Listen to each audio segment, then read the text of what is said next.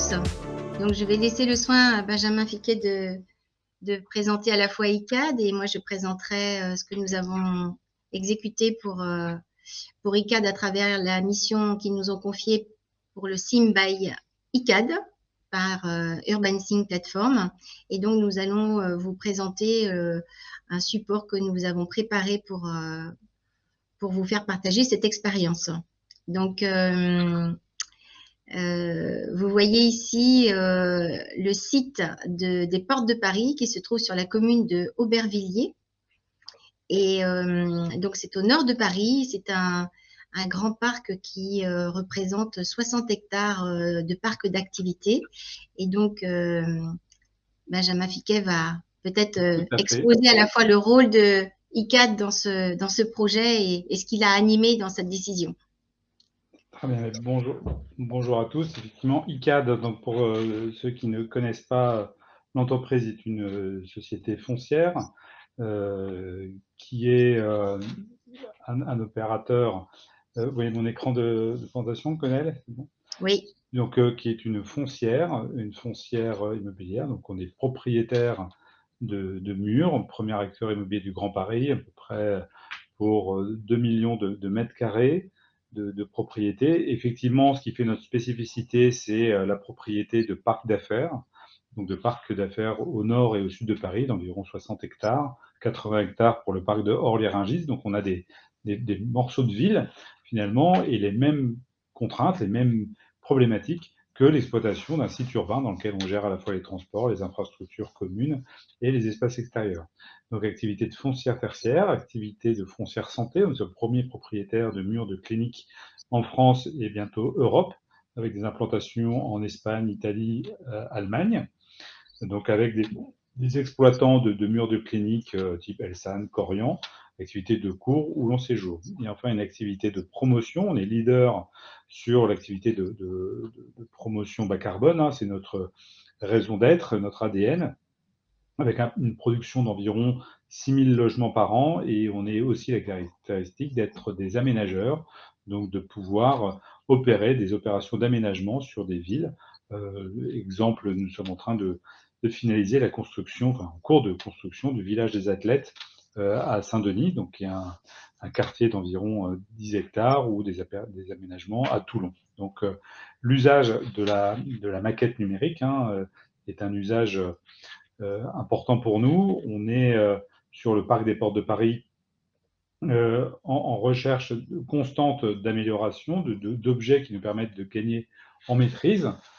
C'est pour cela que on a souhaité réunir sous un seul espace et sous un même environnement l'ensemble des données qui sont utiles à l'usage de la gestion de ce patrimoine, de ce parc d'affaires.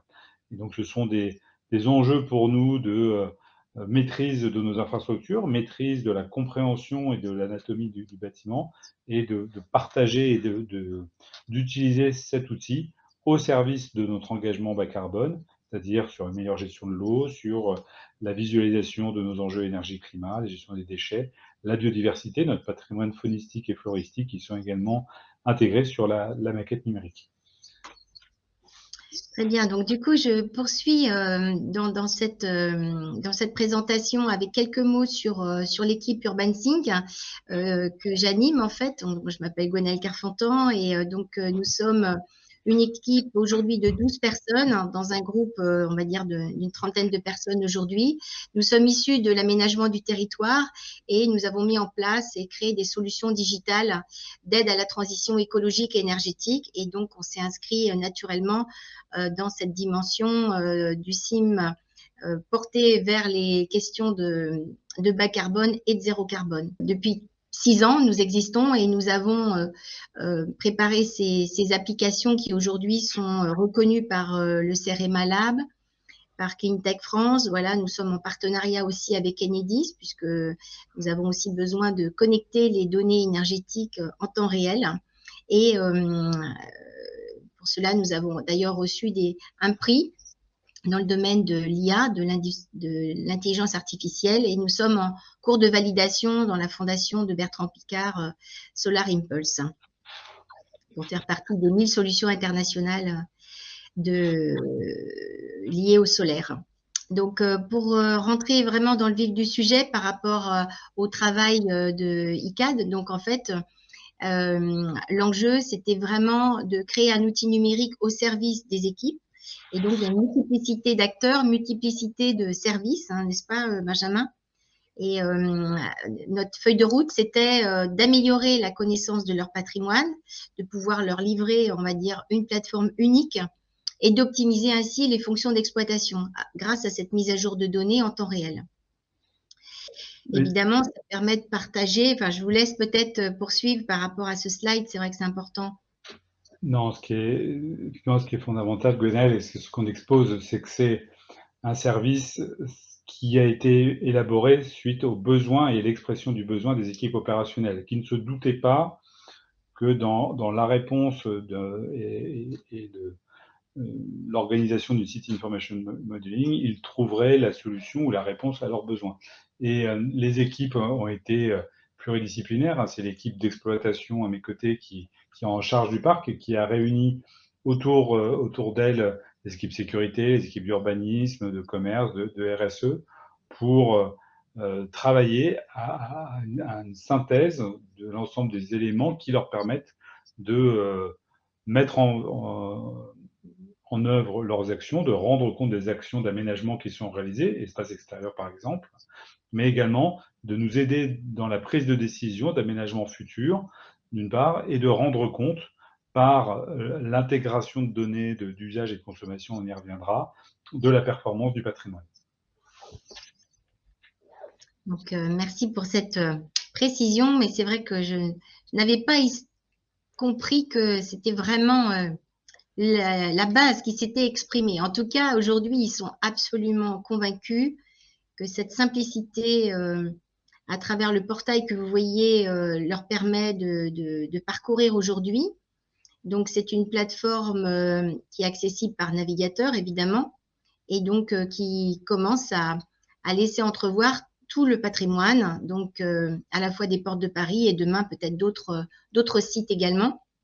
En tout cas, c'est très intéressant. Et là, on voit en 3D, hein, on voit bien l'activité complète. Et donc, c'est un site qui est extrêmement occupé aujourd'hui. Hein. On a une densité d'acteurs connus d'ailleurs. Hein. Je ne sais pas si on a le droit de les nommer, mais bien sûr. Ben, on a ici, vous avez à l'écran le premier site olympique, hein, qui est le siège de Paris 2024, hein, qui héberge le comité d'organisation des Jeux Olympiques, qui est l'immeuble Pulse. On a intégré dans la maquette directement la maquette BIM. C'est un bâtiment qui a été livré en 2018, donc on a l'intégration de la maquette BIM qui est fidèle donc à l'immeuble aujourd'hui, et on a complété le patrimoine. Hein, vous avez l'ensemble des bâtiments du patrimoine, des données qui sont à notre disposition. Donc là, en l'occurrence, j'ai affiché le calque lié aux infrastructures, donc aux infrastructures réseau électrique, réseau gaz et réseau urbain, qui nous permet d'avoir une compréhension du cheminement de chaque catégorie de fluide. Donc quand on a des interventions, là en ce moment par exemple, on est en train de refaire la rue des Céréales, qui est cette rue là derrière le COJO.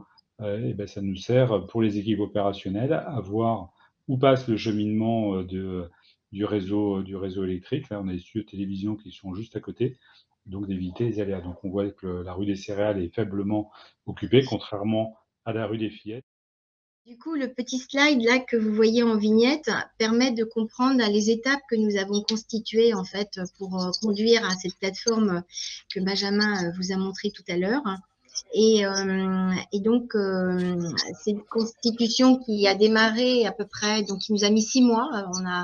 On a progressé en 6 mois de temps pour faire la remontée de données, puisque l'essentiel en fait du travail, c'est quand même la remontée de données pour être dans cette impulsion, hein, parce qu'en fait, on ne peut rien faire non plus sur le terrain, on est bien d'accord.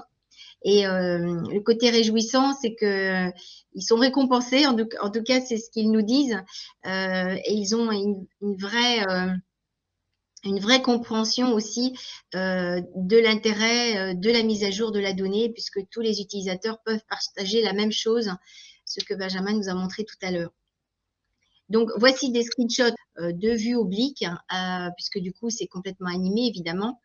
Et on a inséré les bâtiments BIM dont parlait tout à l'heure Benjamin. C'est les gros cubes qui sont gris foncé, là, qui sont presque au milieu. Et donc, sur l'ancien, on récupère effectivement des fichiers aussi de l'ancien. Donc, on peut conjuguer, si je puis dire, aussi bien le neuf que l'ancien. Là, vous êtes en direct en live sur la maquette. Et ce qui est pertinent, c'est que du coup, toutes les données sont connectées rue par rue, activité par activité. Donc, on a évidemment les consommations d'énergie, les consommations de gaz. On a la géothermie dont on va parler tout à l'heure. C'est un petit exemple qu'on vous a décrit pour voir comment c'est activé, en fait, comment c'est opérationnel au quotidien pour chacun d'entre eux, qui du coup l'utilisent aujourd'hui. Je pense tous les jours, il l'ouvrent, en fait. Hein. C'est ça, Benjamin?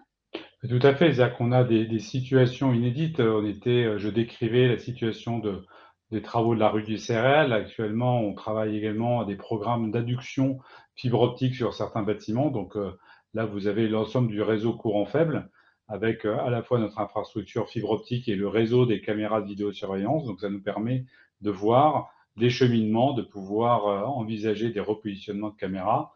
On n'a pas encore fait l'intégration des caméras, mais si on clique, on pourrait très bien avoir l'intégration des caméras, ou bien de pouvoir, dans tout ce qui est patrimoine faunistique, enfin, tout ce qui est végétation, d'avoir des plans de gestion différenciés sur notre patrimoine écologique, avec l'intégration de l'ensemble des arbres, des essences qui sont sur le patrimoine. Donc, que ce soit pour la gestion du courant faible, que ce soit pour la gestion de nos espaces verts, et de notre patrimoine en biodiversité, c'est tout à fait utile au quotidien. Donc, d'une situation à l'autre, effectivement, l'outil devient un outil de convergence pour l'ensemble de nos besoins.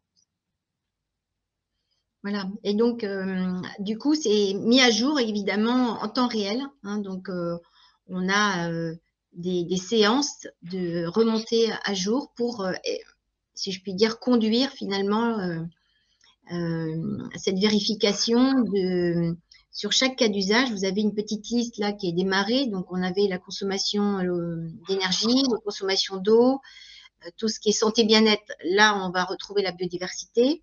La mobilité, on a aussi les bus, les métros, il y a une navette fluviale, enfin toutes les activités finalement de déplacement sur le site sont également suivies. L'aspect RSE évidemment qui est très important pour ICANN.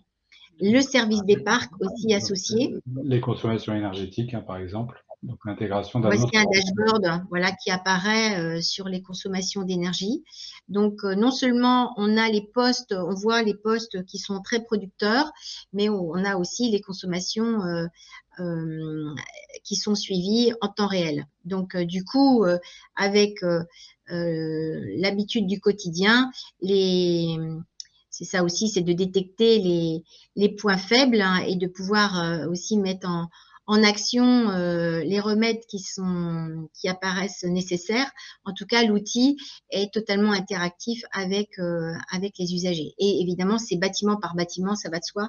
À gauche, là, on a les codes des bâtiments qui apparaissent.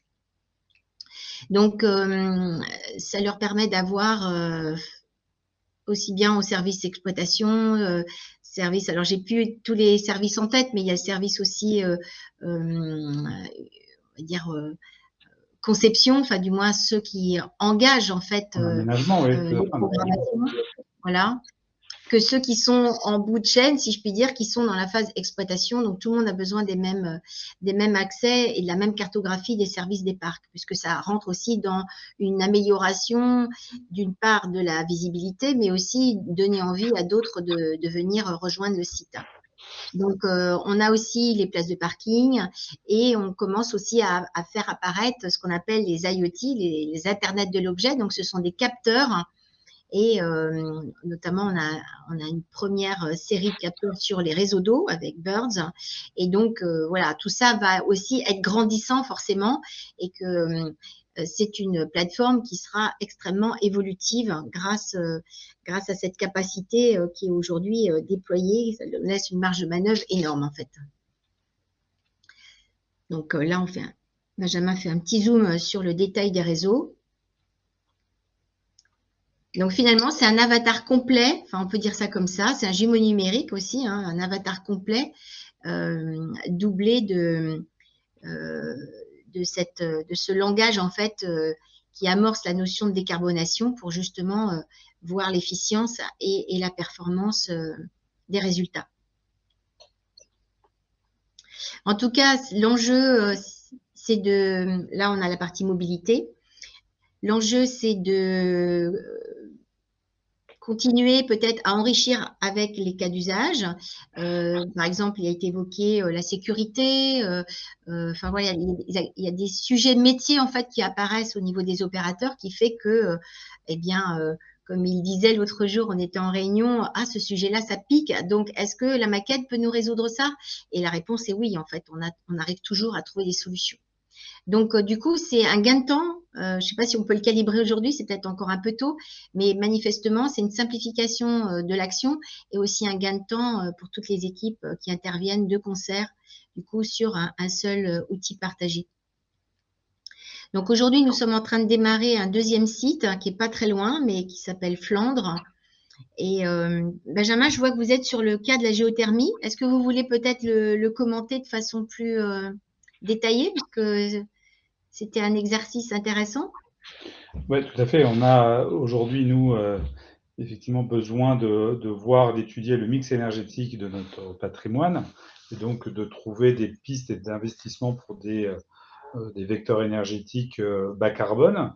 On a traditionnellement des réseaux urbains qui adductent le patrimoine. Donc, d'autres solutions, donc notamment sur le réseau urbain, sur les réseaux de chaleur, et on voulait analyser le potentiel d'usage sur la géothermie. Donc, pour ce faire, on intègre l'ensemble des bases de données qui existent sur l'Association française de la géothermie, donc qu'on a intégrées dans la maquette SIM, qui nous permet de rendre compte de l'ensemble des installations de géothermie qui sont d'ores et déjà existantes. Donc, c'est les données du flux de données du BRGM. Et ensuite, quand on zoome, on peut avoir plus localement les puits géothermiques, les installations qui sont d'ores et déjà actives. On voit que pour ICAD, pour le parc, nous avons 2 sites qui sont raccordés avec des puits sur la couche aquifère du bâtiment. C'est le siège de Veolia Environnement qui est ici. Et ici, on a un champ de sondes géothermiques basse profondeur qui est opéré sur 270. On a Pulse et Jump. Donc, on voit qu'on a aussi du potentiel géothermique que l'on peut mettre en œuvre sur les bâtiments et qui nous permettent, dans la modélisation que l'on a du patrimoine et des réflexions qu'on peut avoir sur tel ou tel aménagement, une réponse sur telle ou telle hypothèse, de les confirmer, de les invalider. On a également sur la géothermie des technologies de géothermie qui sont développées par Celsius Energy, qui nous permettent d'avoir de la géothermie avec du forage non pas vertical, mais du forage en biais. Et donc, il s'agissait de voir dans quelle mesure on pouvait forer en biais au droit du bâtiment 123-124 que vous voyez ici, voir si on pouvait utiliser ce forage en biais. Et donc, la disponibilité, le faible encombrement en réseau que l'on voit ici, nous a permis d'envisager un forage vertical au droit de ce parking-là pour aller en biais obtenir un forage sous le bâtiment. Donc, on a comme ça un outil d'aide à la décision, un outil de partage d'informations avec les équipes RSE, les équipes d'aménagement, pour permettre, autoriser différentes solutions. Voilà, donc ça c'est un cas d'usage extrêmement précis et détaillé qui est né un petit peu au fur et à mesure qu'on a avancé et c'était très intéressant. Donc c'est vrai que le fait d'avoir accès au réseau et d'être finalement géolocaliser, hein, c'est vraiment la clé en fait. Hein. Jusque-là, vous étiez sur AutoCAD, donc vous aviez des plans à jour, mais il n'y avait pas, voilà, vous pouviez pas faire cette détection aussi rapidement, et donc ça a accéléré votre prise de décision Ça grâce à accélère la cette. prise de décision, ça rassure et ça donne confiance dans les hypothèses qu'on formule plutôt que de faire des RDT, et dans les informations données au réseau, ou quand on doit déplacer un bâtiment ou implanter un bâtiment, on peut d'ores et déjà envisager et accélérer les dévoiements des réseaux nécessaires et anticiper tous nos dévoiements, les chiffrages, les perturbations possibles qu'il peut y avoir sur tel ou tel usage, je pense notamment à la fibre optique, mais aussi permettre les dimensionnements nécessaires sur les autres types de services. Très bien. Merci en tout cas pour cette explication, je pense, hyper concrète.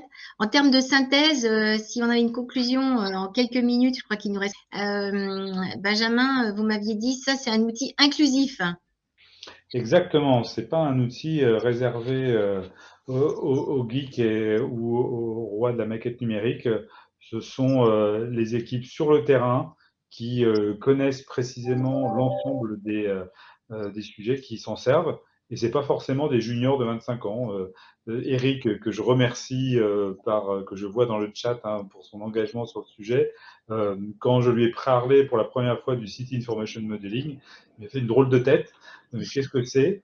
Mais Eric, ainsi que l'ensemble de son équipe, s'est engagé sur le sujet, a vu dans une co-construction avec l'équipe de Urban Sync un vrai progrès, un vrai outil à leur service, au service de leur quotidien, et non pas un outil qui allait peser en termes d'usage et autres. Et donc c'est pour ça que j'évoque un outil inclusif, parce que c'est un outil qui est accessible, qui permet de comprendre peu à peu et pas à pas l'intégration et l'importance de la mise en qualité de la donnée et de sa convergence sur un outil commun. Donc, merci Eric, ça montre que ça peut fonctionner, ça montre que les outils numériques sont des outils au service du plus grand nombre. Aujourd'hui, on nous sollicite pour des sites de grande ampleur, donc 1100 sites, donc 400 en France et 1100 à l'échelle de l'Europe, donc c'est colossal. Donc, c'est possible aussi de travailler à cette échelle-là. Donc, on peut être, en fait, intervenir à toutes les échelles. Donc, ça, c'est aussi une évolution et une performance qu'on tient à votre disposition, et on serait ravis de vous revoir. Demander une démo quand vous cliquez sur Urban Sync, n'hésitez pas.